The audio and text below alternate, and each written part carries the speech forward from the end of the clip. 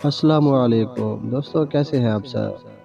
کافی عرصہ پہلے کی بات ہے، ایک لڑکی جس کا نام تبسم تھا، اس کی شادی ہوئی۔ وہ سسرال میں اپنے شوہر اور ساس کے ساتھ رہتی تھی۔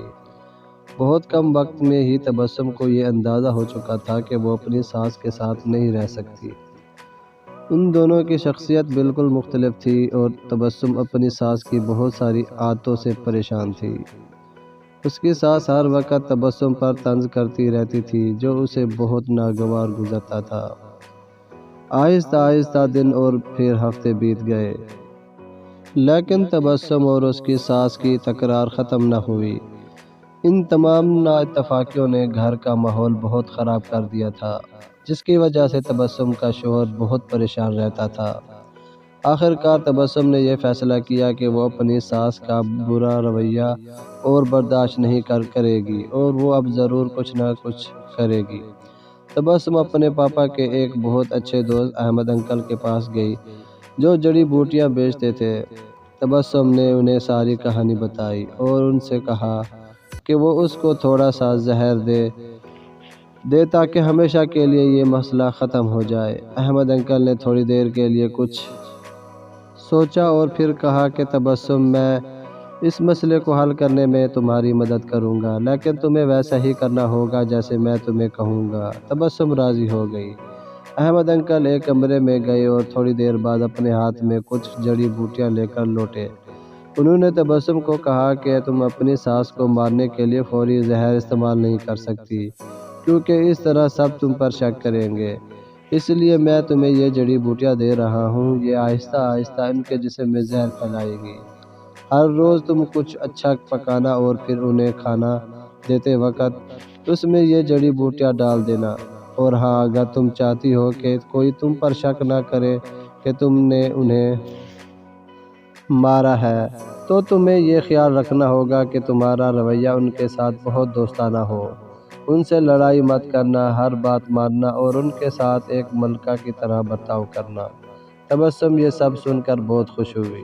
اس نے احمد انکل کا شکریہ ادا کیا اور جلدی سے گھر چلی گئی، کیونکہ اب اسے اپنی ساس کو مارنے کا کام شروع کرنا تھا۔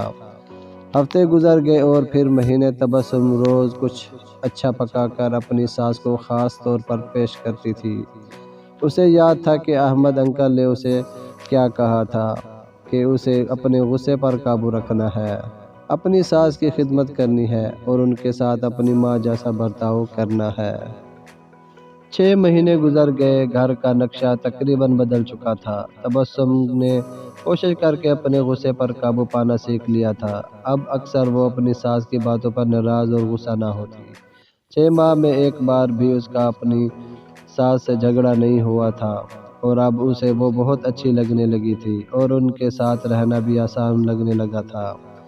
اس کی ساس کا یہ رویہ بھی اس کے ساتھ بہت بدل گیا تھا اور وہ بھی تبسم کو اپنی بیٹیوں کی طرح پیار کرنے لگی تھی۔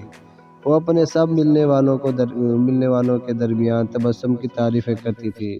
تبسم اور اس کی ساس دونوں اب ایک دوسرے کو ماں بیٹی کی طرح سمجھنے لگی تھی۔